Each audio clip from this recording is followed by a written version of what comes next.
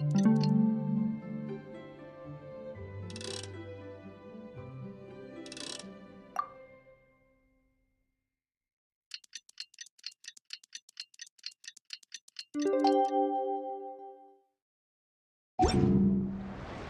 time to meet back up with Xiao.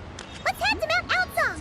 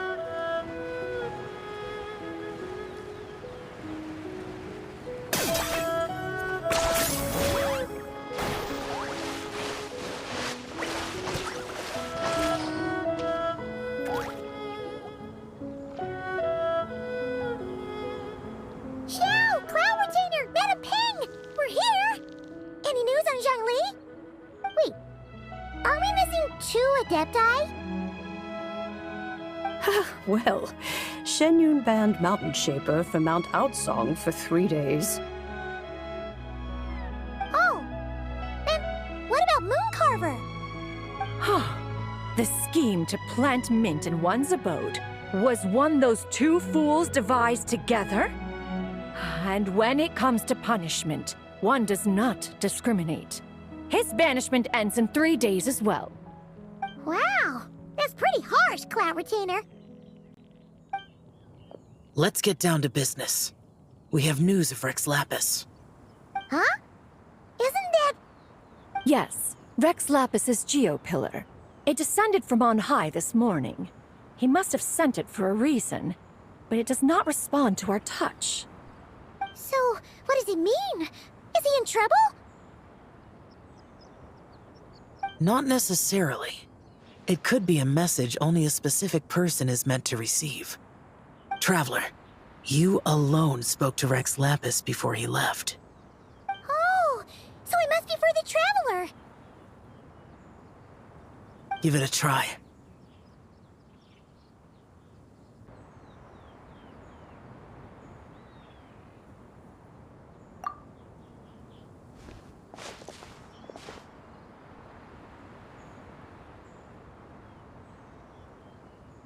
Come to the spring on Mount Qingse. I have left an entrance for you.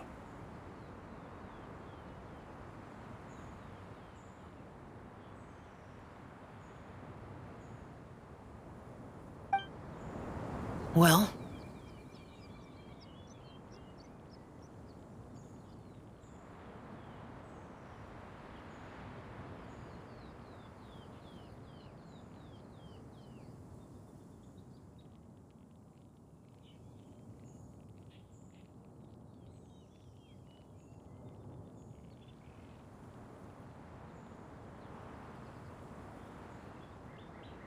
Just as one surmised, it seems that Rex Lapis will not countenance our involvement in this matter. That would not surprise me in the slightest. He's always had a soft spot for the Traveler, after all. But be that as it may, we have served Rex Lapis for millennia now. In other words, I'm sure this has nothing to do with favoritism. He's probably just trying to protect us. That's right. So you mustn't let your guard down, even if Rex Lapis is by your side.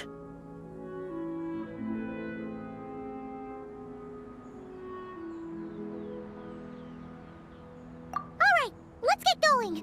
We'll try not to keep you all waiting.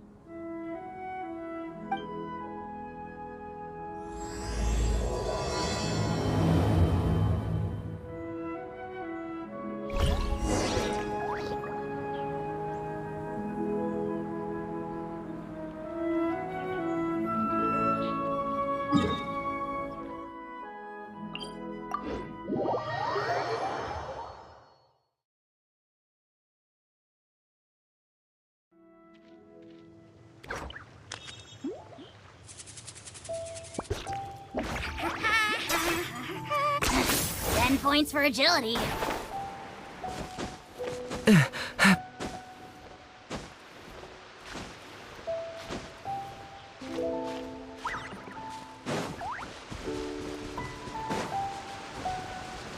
Keep your eyes peeled. They should be around here somewhere.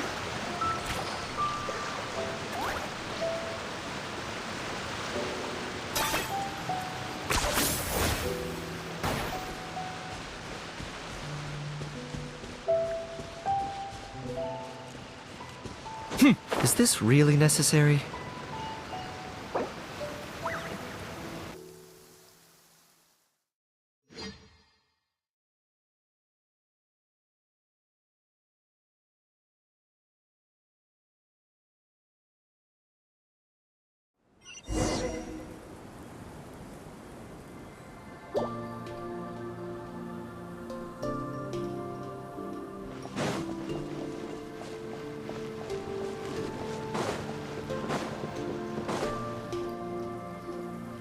Who could have imagined that the once mighty Geo-Archon might end up so, sitting on a humble stool in the woods, quietly weaving moon lanterns? You really do look like an old man now. This is a Shao lantern, not a moon lantern. In ages past, when the gods waged war and the world was in turmoil, these lanterns were lit to guide fallen warriors back to their homes. Had you tarried in the mortal realm for but a little while longer, you might have become quite accustomed to them. Even so, it bears such a striking resemblance to the moon lanterns they used to offer up to the heavens. Could this truly be mere coincidence? Perhaps in some sense it is, yet in another, it isn't. For instance, who is to say that some of Langan's magnificent jade did not become part of the very foundations upon which Liyue Harbor now stands? It is conceivable that this ritual was transmitted in such a manner too. Now, let's not let ourselves get carried away. For all its splendor, do not forget that, in the end, even Langan could not escape its heaven-sent fate. Alas, it is just a pity that the little creatures of this world may never again lift their eyes to the moon, even should misfortune befall them.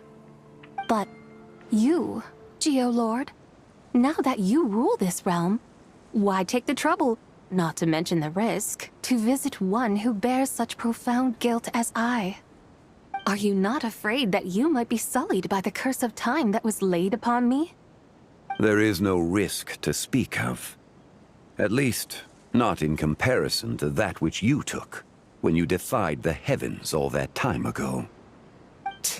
As I have stated, time and again, it was not I who defied the heavens. Geo-Lord, the ancient affairs of Langan have nothing to do with me, for I am but one of her deadly selves, severed before her demise. My name is not Zebai, but Zichao.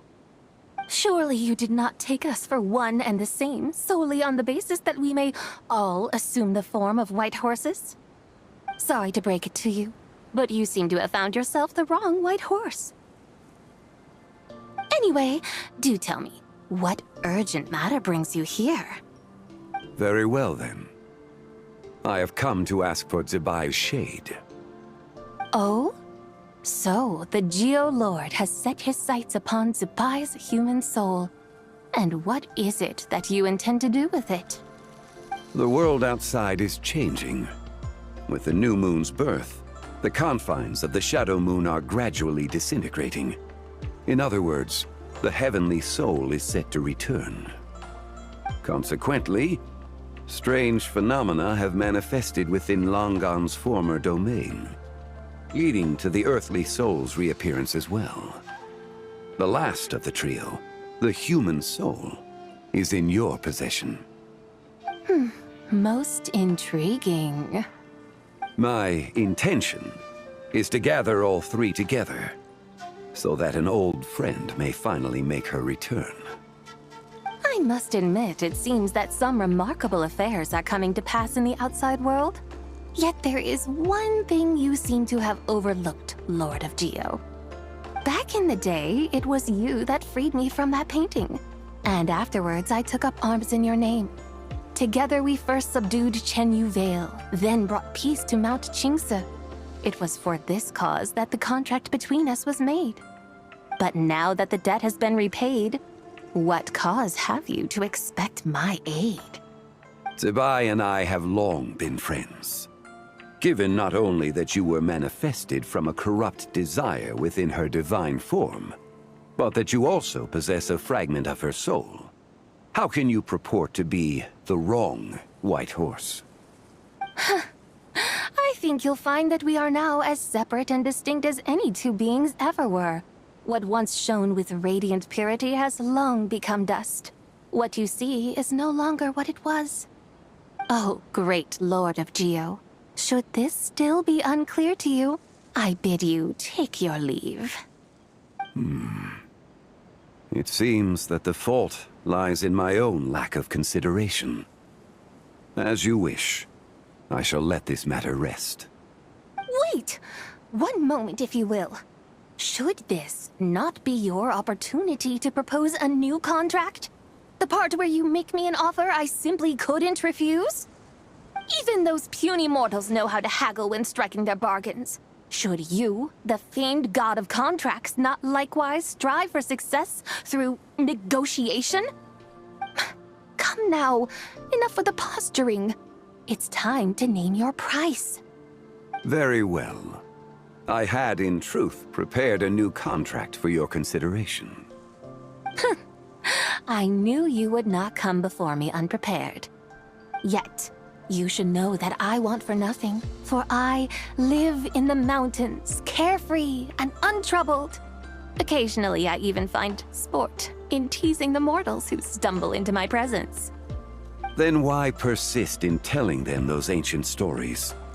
I speak of what transpired before the sky collapsed and the earth sank into itself. That is merely my way of passing the time. And what of it? Would any believe, much less remember, the ramblings of a mountain hermit? Those tales have long since spread throughout the mortal realm. Who? Should my words prove insufficient, I invite you to see the world for yourself. To this end, I have found you a pair of trusty guides. The Lantern Rite is presently underway in Liyue, and should prove quite intriguing for you. So this, then, is the contract you have prepared for me? Indeed it is. Think of it as a contract for a one-day festive excursion. Surely you do not hope to offer this in exchange for Tsubai's shade. The foundation of my very existence for a little excursion seems a little steep, wouldn't you say? Why not see for yourself? You can always decide afterwards. The final determination, of course, shall rest with you. Is that so? Then perhaps this deal might not be entirely off the table after all. Where then are these guides of which you speak? Hey, it's Xiangli! Oh, we've been looking for you everywhere. We thought you might have gone missing.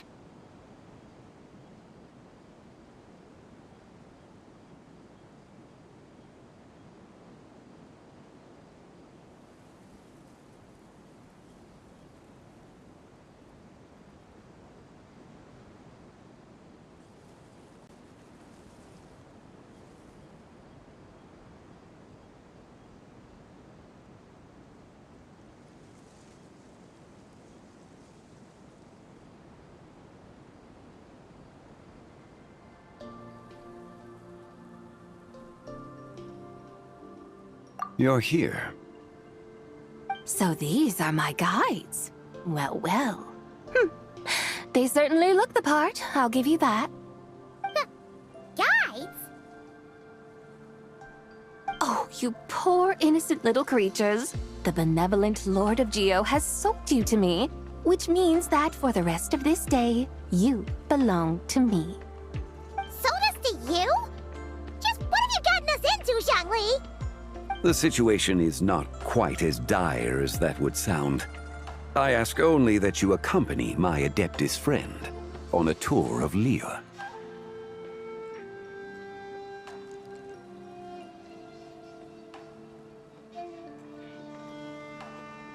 I would suspect that depends on how well you entertain me. Entertain you?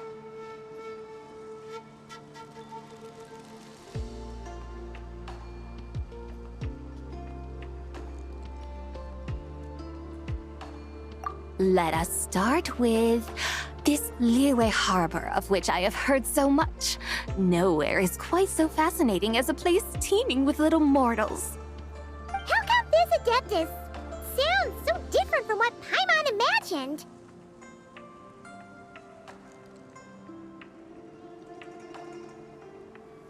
Okay, we'll take care of it. Get ready to find out why they call Paimon the best travel guide in all of Teyvat.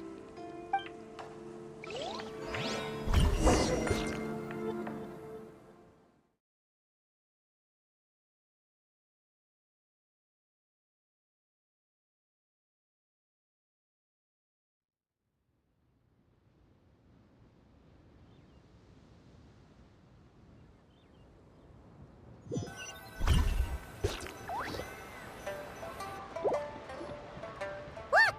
We've arrived at Liyue Harbor!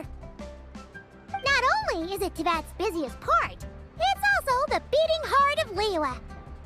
So, dear Madam Adeptus, where would you like to go first?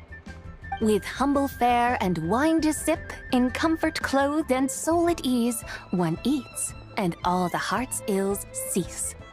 So we're heading straight for the good stuff? Well, you're in luck, because Paimon's an expert when it comes to food. There are two main cooking styles in Liyue. Li cuisine, which is all about mountain delicacies, and Yue cuisine, which is centered on seafood. The most famous restaurants are Liyue Pavilion and Shinyue Kiosk. Oh, now Paimon's starting to drool. Guess our only option is to go try them both. 2 meals back to back.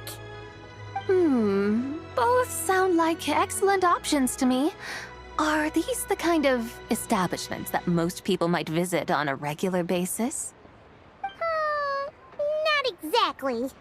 Both Li cuisine and Yue cuisine are known for their pricey ingredients. Definitely not what you'd call the budget options. But don't you worry about that. Just think of it as Zhongli's little treat.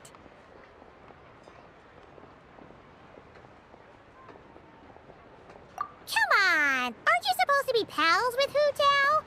I'm unsure we can afford to spend a little more of her mora at least.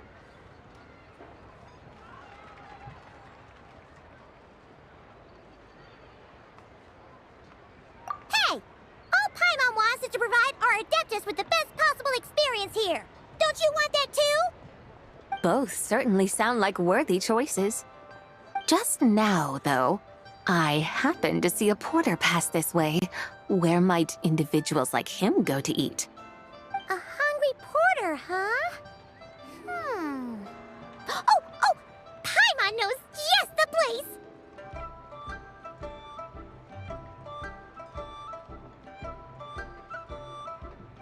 Yep. Nothing fancy schmancy there. Just tasty dishes made with simple ingredients in a variety of different styles. Most importantly, it's great value for money, too. No wonder everyone loves it, huh? Oh, and the owner happens to be a good friend of ours, too. One mean restaurant. Yes, even the name itself feels lively and down to earth. All right, let's make it our first stop. Yippee! That's a great choice, too. Alrighty, let's head over there right away. Paimon can't wait to dig in. Wamin Restaurant, here we come.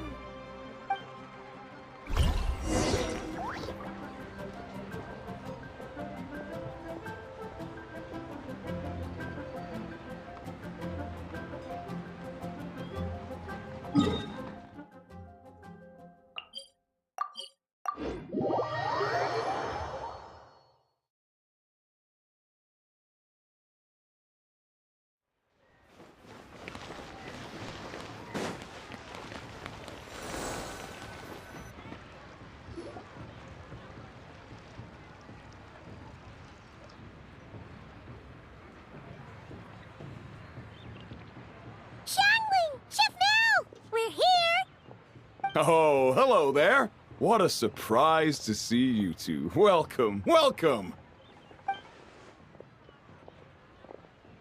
Hey there, Traveler and Paimon.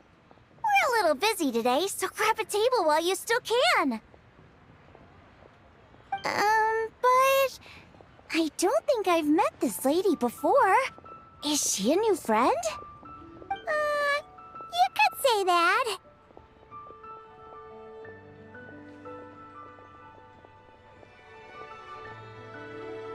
Oh, I see. Well, hey there.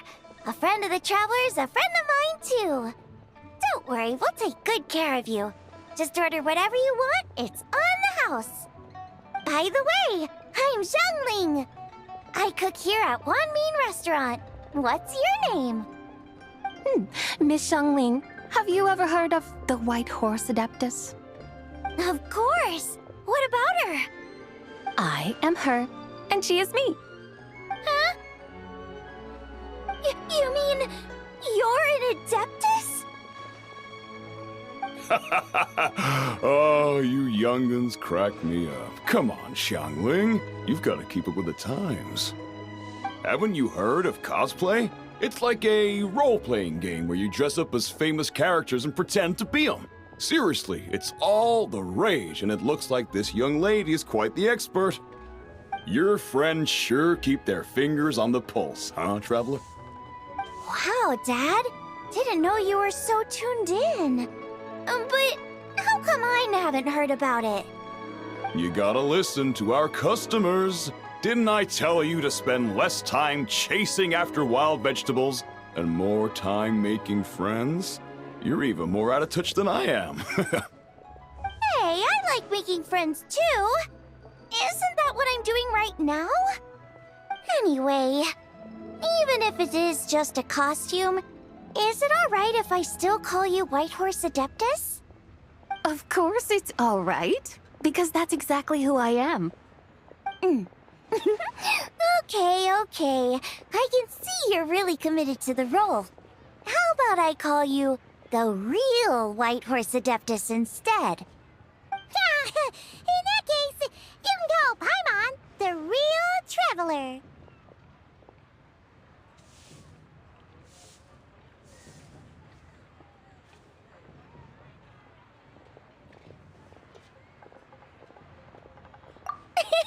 Yeah, right.